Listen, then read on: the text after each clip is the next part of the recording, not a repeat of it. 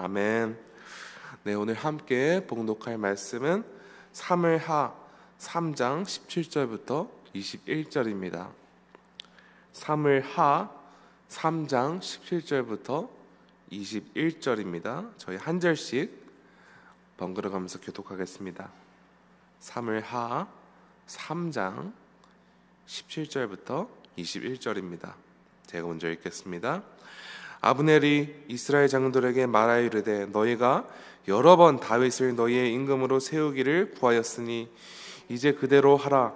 여호와께서 이미 다윗에 대하여 말씀하시기를 내가 내 종 다윗의 손으로 내 백성 이스라엘을 구원하여 블레셋 사람의 손과 모든 대적의 손에서 벗어나게 하리라 하셨음이라 하고, 아브넬이 또 베냐민 사람의 귀에 말하고 아브넬이 이스라엘과 베냐민의 온 집이 선하 여기는 모든 것을 다윗의 귀에 말하려고 헤브론으로 가니라. 아브넬이 부하 신명과 더불어 헤브론에 이르러 다윗에게 나아가니 다윗이 아브넬과 그와 함께한 사람을 위하여 잔치를 배설하였더라. 함께 읽겠습니다. 아브넬이 다윗에게 말하되 내가 일어나 가서 온 이스라엘 무리를 내 주 왕의 앞에 모아 더불어 언약을 맺게 하고 마음에 원하시는 대로 모든 것을 다스리게 하시니라 하니, 이에 다윗이 아브넬을 보내매 그가 평안히 가니라. 아멘. 하나님의 말씀입니다. 그리스도인의 믿음의 뿌리이자 기초는 바로 믿음입니다. 우리는 8월 둘째 주부터 담임 목사님 설교를 통해서 히브리서 11장을 통해 믿음의 사람들을 함께 관찰하며 함께 묵상하고 있습니다. 그런데 이 믿음의 사람들 가운데는 한 가지 공통점이 있습니다. 그것은 히브리서 11장에 언급된 그 누구도 세상적으로 평탄하고 순조로운 인생을 살지 못했다는 것입니다. 세상적인 시점으로 바라볼 때 이들은 항상 어둡고 그들의 미래는 불안했습니다. 노아는 모든 사람들이 인생을 마음껏 즐길 때 눈에 보이지도 않은 홍수를 대비하느라 세월을 낭비하는 사람이었고, 아브라함은 멀쩡한 자신의 고향을 떠나 어느 곳에도 정착하지 못하고 떠돌아다니는 생활을 했으며, 애굽의 왕자였던 모세는 모든 재물과 권력을 버리고 아무런 미래도 보이지 않는 광야로 떠난 자였습니다. 하지만 하나님의 시점에서 바라본 이들은 결코 세월을 낭비한 사람들이 아니었으며 어두운 미래를 사는 사람이 아니었습니다. 이들은 하나님의 영원한 약속을 믿는 사람들이었기 때문에 모든 상황 가운데서 인내하며 꿋꿋이 하나님의 말씀에 순종하며 살아가는 백성들이었습니다. 즉, 믿음을 가진다는 것은 어떤 상황에도 자신의 백성들을 최선의 길로 다스리시는 하나님의 섭리와 약속을 믿는 것입니다. 여러분, 세상 사람들도 무엇인가를 믿으며 살아갑니다. 주변 인맥을 믿으며 자신의 능력을 믿으며 자신이 가지고 있는 재물을 믿습니다. 그럼에도 불구하고 이 세상을 살아가면서 끊임없이 불안하고 초조해야 하는 이유는 그들의 믿음의 대상이 바로 영원하지 못할 것이기 때문입니다. 돈 아무리 많아도요, 영원히 가지 않습니다. 인맥 언젠가 배신하고 영원히 신뢰할 것 안 됩니다. 하지만 우리의 믿음의 대상이신 예수님은 언젠간 사라지고 없어질 이 세상의 것과 달리 영원하시며 우리와 영원히 함께 하시며 마지막 날에 우리를 영원히 구원하실 주님이십니다. 다윗도 믿음의 사람이었습니다.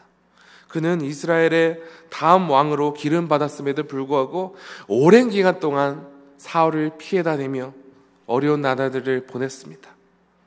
그런데 사울이 죽은 후에도 곧바로 왕이 된 것이 아니라 유다 지역에서만 왕으로 인정받고 이스라엘 지역에서는 사울의 아들이 이스보셋이 왕으로 오르게 되죠. 저는 이 다윗의 상황을 묵상하면서 참으로 얼마나 답답했을까, 얼마나 낙심이 됐을까. 이제 드디어 하나님의 언약대로, 약속대로 왕이 되겠구나 했더니 계속해서 상황은 바뀌지 않고 답답해졌습니다.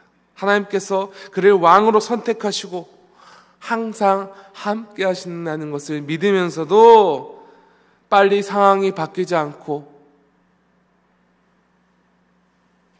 그런 답답한 상황 가운데 있었다면 초조하고 힘들지 않았겠습니까? 그런데 오늘 본문 말씀은 하나님께서 마침내 다윗을 이스라엘의 왕으로 세우시기 위하여 전혀 예상치 못한 방법으로 역사하시는 내용을 기록하고 있습니다. 하나님께서는 아브넬이라는 자를 도구로 사용하셔서 다윗을 유다뿐만 아니라 온 이스라엘을 다스리시는 왕으로 세우는 계획을 이어나가십니다. 어제 본문 통해서 알 수 있듯이 이 아브넬이라는 사람은 굉장히 기회주의자였습니다. 그는 사울의 아들 이스보셋을 이스라엘의 왕으로 삼았으나 사실상 이스보셋 왕을 자신의 입맛대로 움직이는 그 나라의 실세였습니다.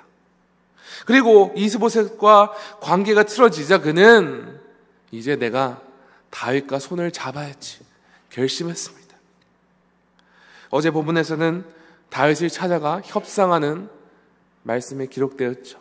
그리고 오늘 본문에서 아브넬은 이스라엘의 장로들과 자신이 속한 베냐민 사람들을 찾아갑니다.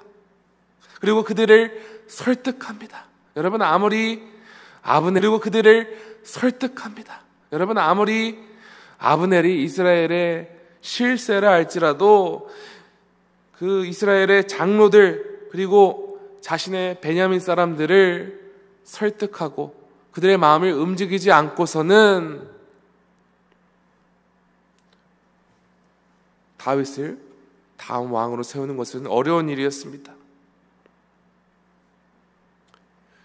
그리고 기회주의자였던 아브넬은 자신의 계획한 대로 이스라엘 장로들과 베냐민 사람들을 설득하는 데 성공합니다. 아브넬은 그들을 어떻게 설득했습니까? 18절입니다. 여호와께서 이미 다윗에 대하여 말씀하시기를 내가 내 종 다윗의 손으로 내 백성 이스라엘을 구원하여 블레셋 사람의 손과 모든 대적의 손에서 벗어나게 하리라 하셨음이라 하고, 아브넬은 다윗의 이스라엘 전체를 다스리는 왕위에 오르는 것이 하나님의 뜻임을 강조하며 그럴듯하게 포장해서 이스라엘 장로들을 설득합니다. 모든 것이 자신의 뜻대로 준비되자 이제 아브넬은 다윗을 찾아갑니다. 그리고 다윗은 자신을 찾아온 아브넬을 위해 잔치를 열어줍니다. 여러분, 우리가 오늘날에도 두 국가가 그 만나는 정상회담은 굉장히 중요한 회담이죠. 실제로 그래서 두 정상이 만나기 전에 사전 준비 작업이 매우 중요합니다. 그 정상회담 당일까지 각 국가 간에 아무런 대화도 없이 만나서 갑자기 중요한 사항을 논의하고 합의하는 것이 아니죠. 두 정상이 만나기 전에 각 국가의 외무장관들이 실무회담을 열어서 구체적인 합의안을 가지고 의견을 좁혀나가기 위해 조율하고 또 조율하는 그런 단계들을 거칩니다. 그리고 사전에 진행되는 이 실무회담을 통해서 마지막 최종 합의가 될 준비가 되었을 때 이 정상회담이 정상으로 이루어지게 되죠. 물론 이 정상회담에서도 사전에 준비한 대로 합의가 되지 않는 경우가 참 많죠. 하지만 이 정상회담 그 자체가 성사되었다는 것은 두 국가가 어느 정도 최종 합의에 근접하고 있다는 매우 긍정적인 사인입니다. 여러분, 그런데 오늘 말씀에서 아브넬이 다윗을 찾아갔을 때는 최종 합의에 거의 근접한 상태를 훨씬 넘어선 상태였습니다. 21절입니다.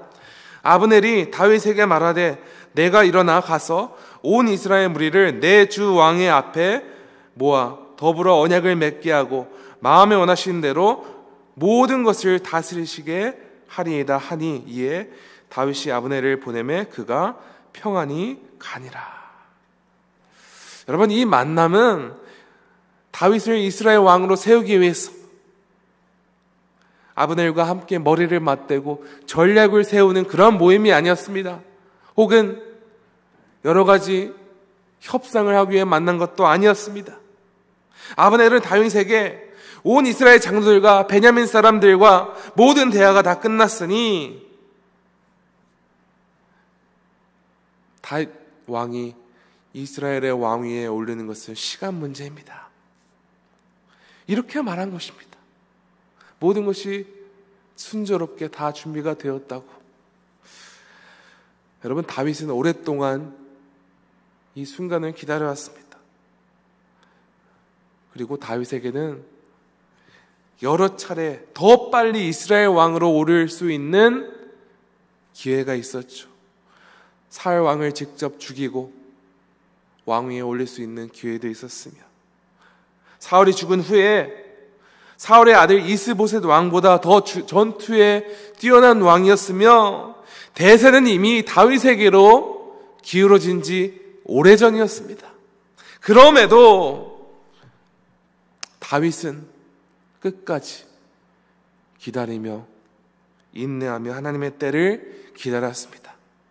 그리고 그 결과 어떤 분쟁과 전쟁도 없이 아주 평화적으로 온 이스라엘을 다스리는 왕이 되었죠.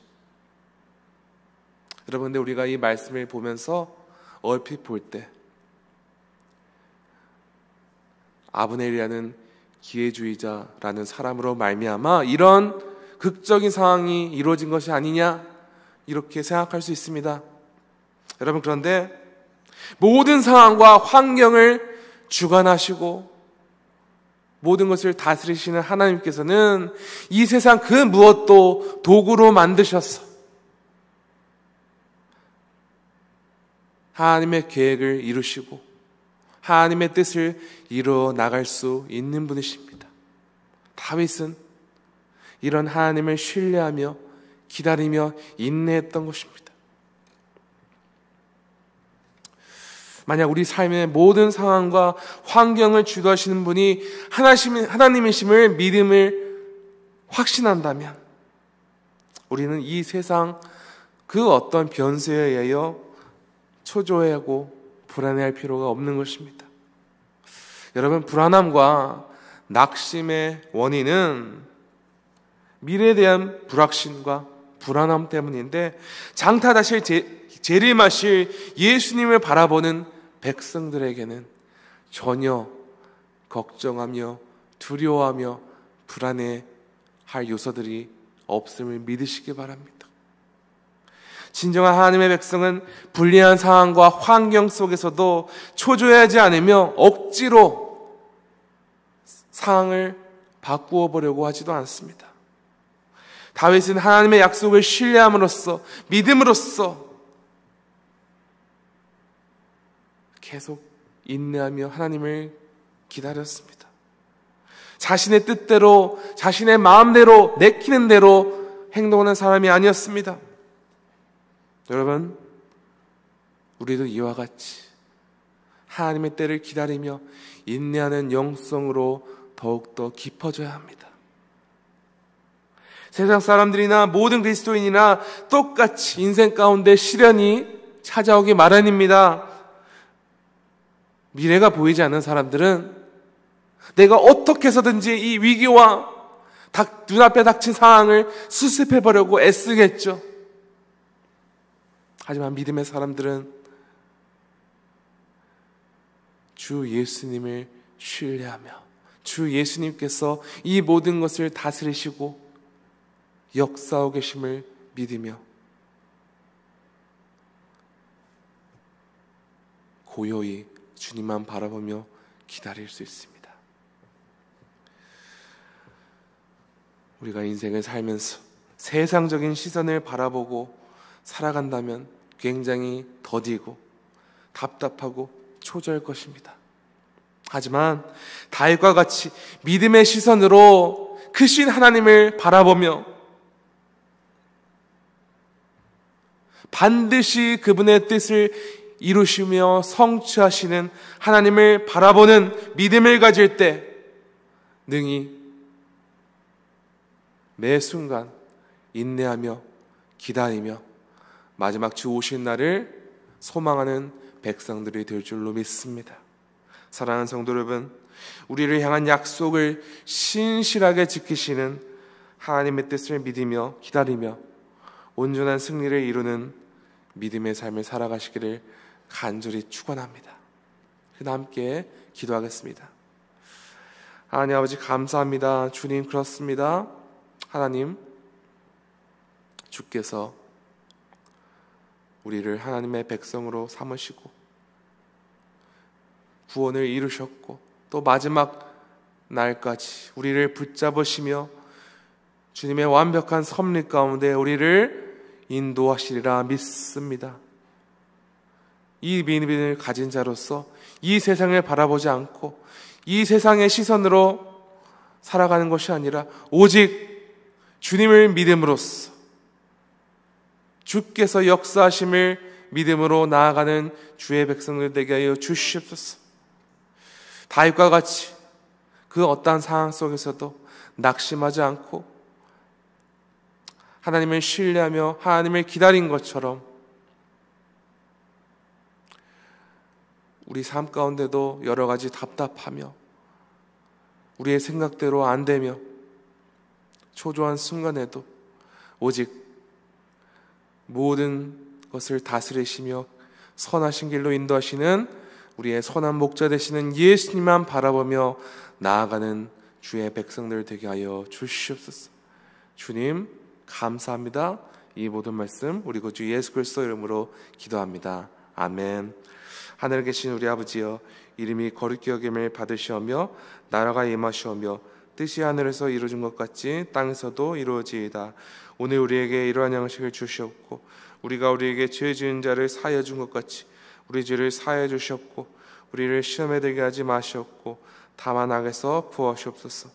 나라와 권세와 영광의 아버지께 영원히 있사옵나이다. 아멘. 계속해서 기도하시겠습니다.